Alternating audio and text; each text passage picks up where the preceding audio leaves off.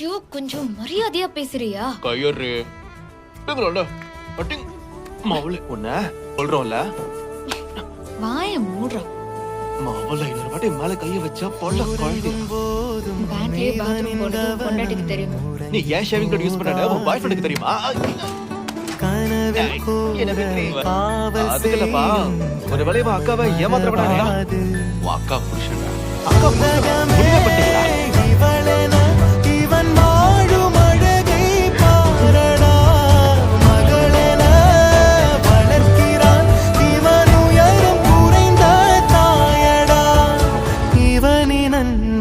அளந்திட எந்த மொழியும் போதாது.